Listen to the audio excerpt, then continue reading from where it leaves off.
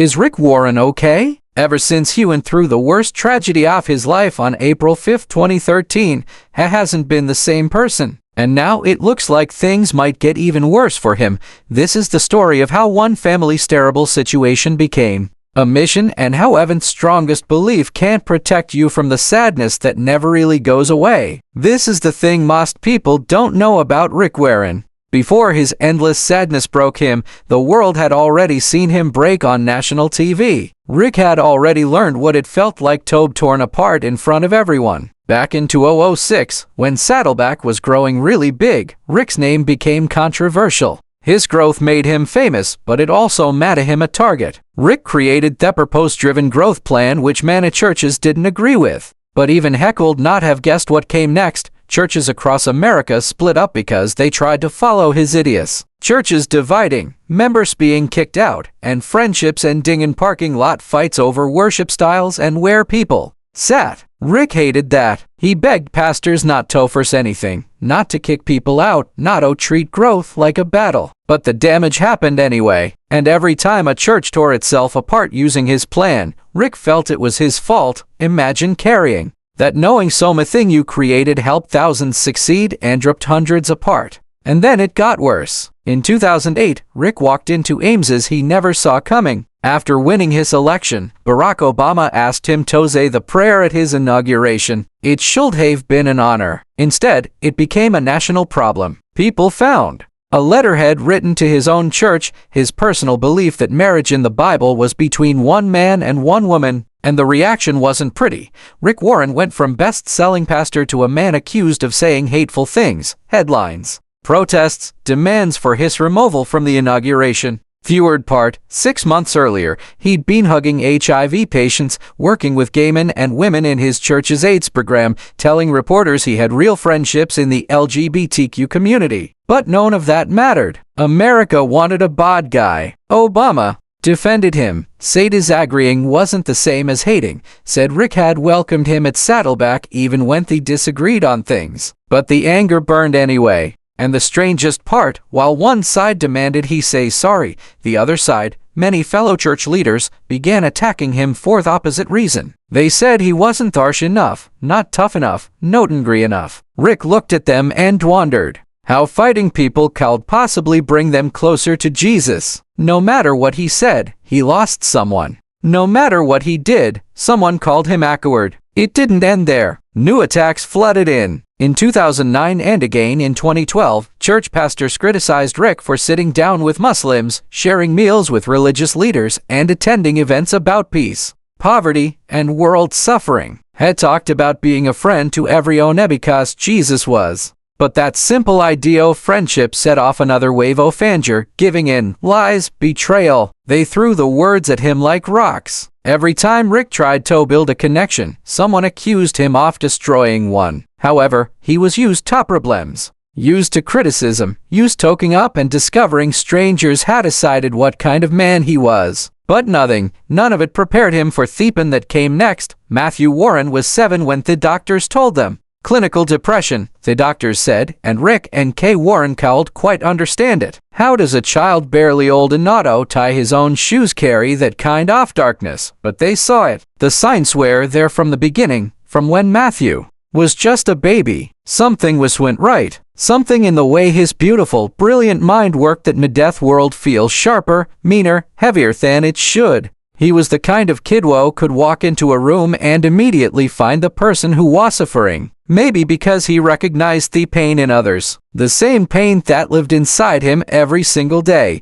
Friends remember Matthew going straight ward. Whoever looked uncomfortable at parties, whoever seemed lost in a crowd, he had this gift, this ability to sense a human hurt. The sad part cuts deep, doesn't it? The boy who could sense everyone else's darkness was drowning in his own. Rick Warren would later describe his son as incredibly kind, gentle, caring, a young man with a brilliant mind and a sweet spirit that brought comfort to so many people. But that's the public side, the one Matthew showed the world. Behind closed doors, the Warren family was living a different reality. Doctor appointments that never ended, medications that promised help but delivered nothing, therapy sessions that felt like throwing rocks into an ocean, year after year, watching their son struggle with deep sadness that swallowed him whole. Panic attacks that came out of nowhere. Mood swings that turned his personality inside out. They treat everything. America's best doctors, Rick said. The most advanced treatments, counselors, prayers from thousands of people around the world wouldn't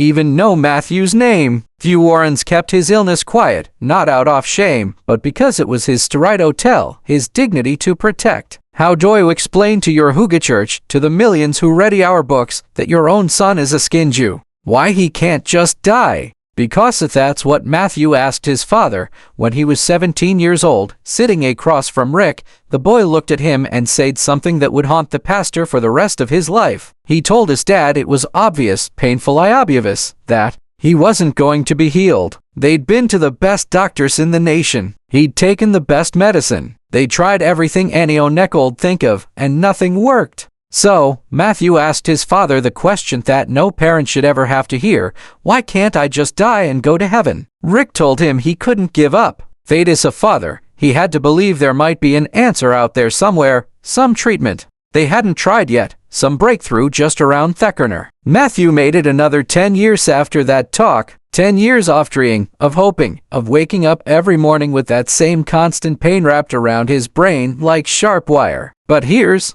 what Rick Warren knew in his gut. Even if he couldn't say it out loud, he knew something bad was coming. Call it gut feeling. Call it a father's fear. Call it whatever you want. He knew that someday, maybe soon, Matthew's pain would become too much to handle. And that knowledge sat in his chest like a rock, heavy and cold every single day. On April 5th, few Warrens had a fun evening together. That's what makes it so heartbreaking. They spent time as a family, laughing, talking, and being together. Everything seemed fine. Matthew seemed fine. But depression is a liar. It tells you there's no way out, no relief, no hope.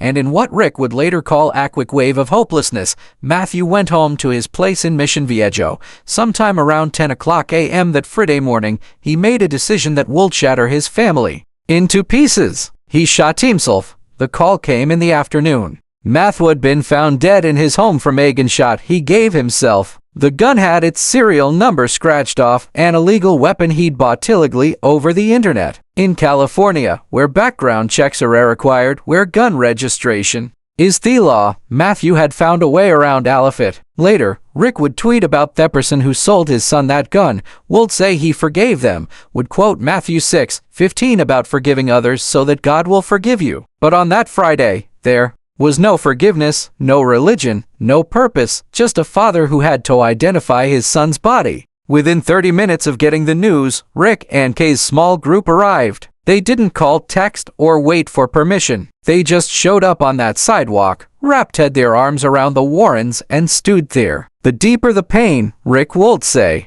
Later, the fewer words you need. That night, his small group slept on couches in the kitchen wherever they could find space in the Warren home. They said, "We're not leaving you alone," and they didn't. The next day, Rick wrote to his church at Saddleback Church. After 33 years of being their pastor, of standing with them at funerals, of holding their hands through every crisis imaginable, he told them the truth. "No words can express the terrible grief we feel right now," he wrote. Our youngest son, Matthew, age 27, and a lifelong member of Saddleback, died today. He described Matthew's kindness, his caring nature, and his brilliant mind.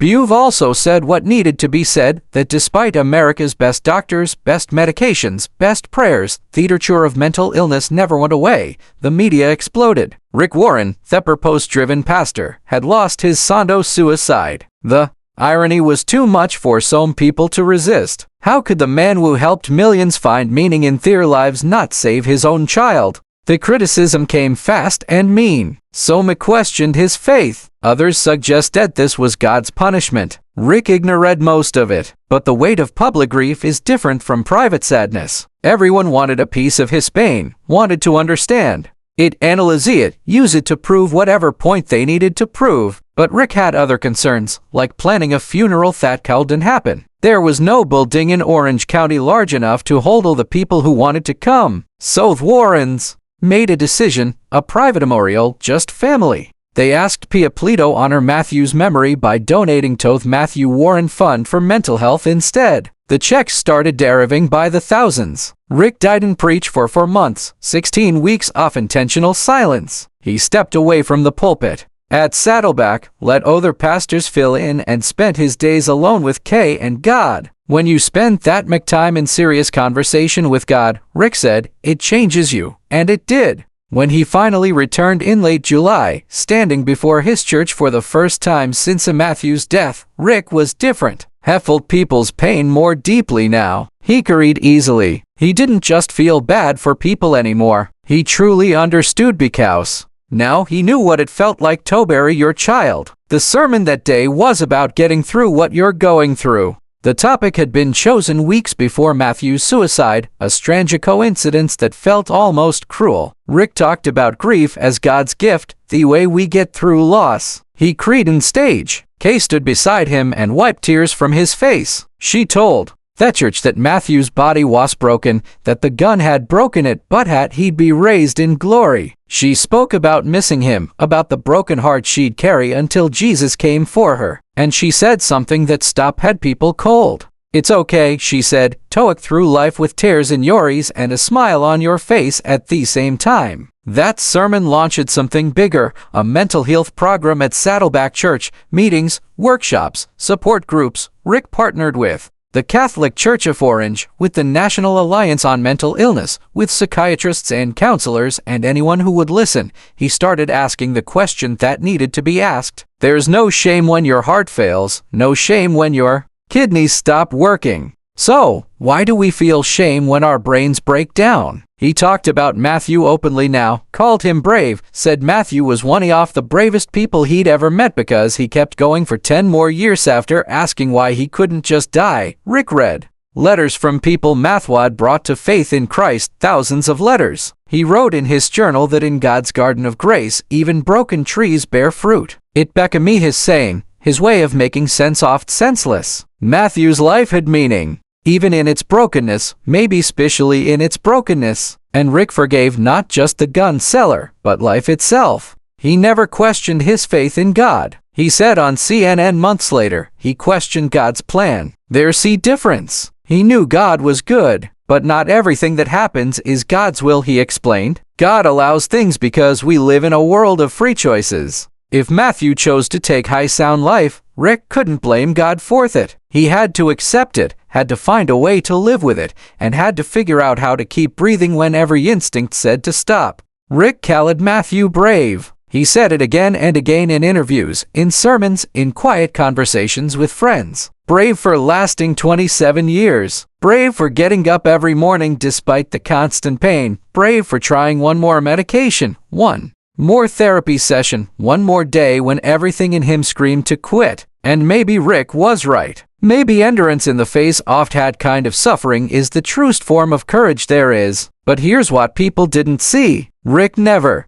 really moved past it. How could he? You don't move past losing a child. You don't get over it. You get through it. Maybe you learn to carry it, but it's always there, that grief sitting in your chest like a second heart. Rick told people he cried every single day after Matthew died. Every single day. And he didn't see that as weakness. He saw it as love. Mental health work became his mission. Depression became part of his preaching, woven into sermons and devotionals and interviews. He talked about it in 2024, still working with California's Catholic bishops on a letter called Hope and Healing. He said it was a big moment, a new standard for mental health programs around the world. Your chemistry is not your character, Rick preached. Your illness is not your identity. He said the words like a prayer, like if repeated them enough times, they might heal someone else's son, someone else's daughter. In 2025, Rick was still at it, still preaching, still traveling the world, speaking at the World Evangelical Alliance in Seoul,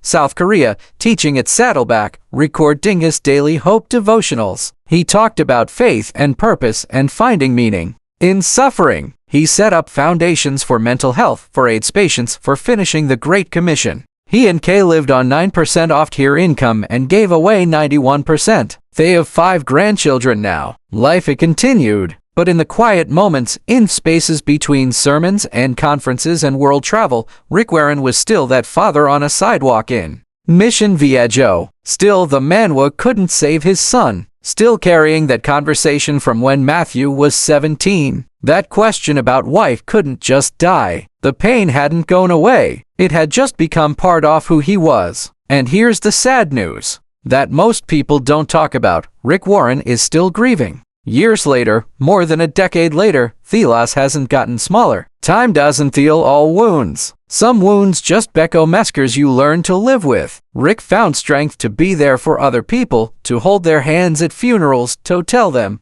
about God's garden of grace, where even broken trees bear fruit. Booth's tree is still broken. It always will. He preaches about hope but carries sadness. He talks about God's goodness while questioning God's plan. He helps millions find their purpose, while wondering if he could have done more to save Matthew. It's the terrible paradox of being a pastor. You give and give and give until there's nothing left. And then you give some more because people need you. Because the work matters. Because stopping would mean admitting that maybe, just maybe, there's not purpose in some kinds of pain. Rick Warren's faith didn't break. That's what tells people. That's what he believes. He never questioned God's existence, never doubted heaven, never stopped believing in the resurrection. Matthew's body was broken, but he's inglery now. Rick knows it in his bones. He'll see his son again someday, wholly healed and free from the pain had hurt him for 27 years. That belief is what keeps Rick going.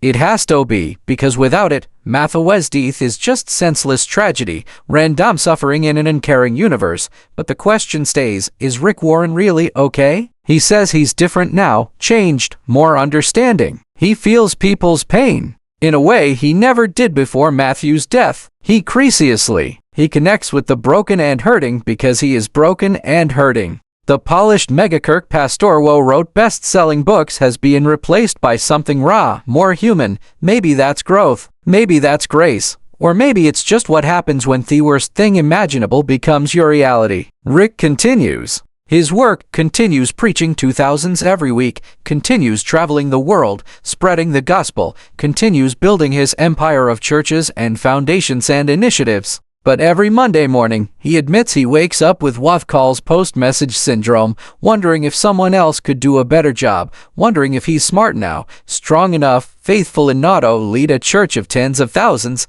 The doubt creeps in, the exhaustion, the weight of carrying everyone else's burdens while barely managing his own. He tells people that God never allows more on you than he puts in you to bear it, that people should help each other carry each other's burdens. But what happens when your burden becomes too heavy to carry? What happens when fate hand medicine and prayer and everything else you try still isn't enough? Rick doesn't have those answers. Nobody does. All he has is the choice to keep going or to stop. And he chooses to keep going. But the cracks show. In interviews where he chokes up mid-sentence. In sermons where he has to pause and collect himself. In tweets that reveal more pain than comfort. Kay stands beside him wiping his tears carrying her own broken heart. They're not the same people they were before April 5, 2013. How could they be? The story doesn't have a neat ending. There's no redemption arc where everything makes sense. No moment where it suddenly finds peace and the pain goes away. Just a man who lost his son, who questions God's plan while holding on to God's goodness, who preaches hope while living with heartbreak. Just a father who forgave the person who sold his son a gun. Because forgiveness is what you're supposed to do, even when it feels impossible. Is Rick Warren okay?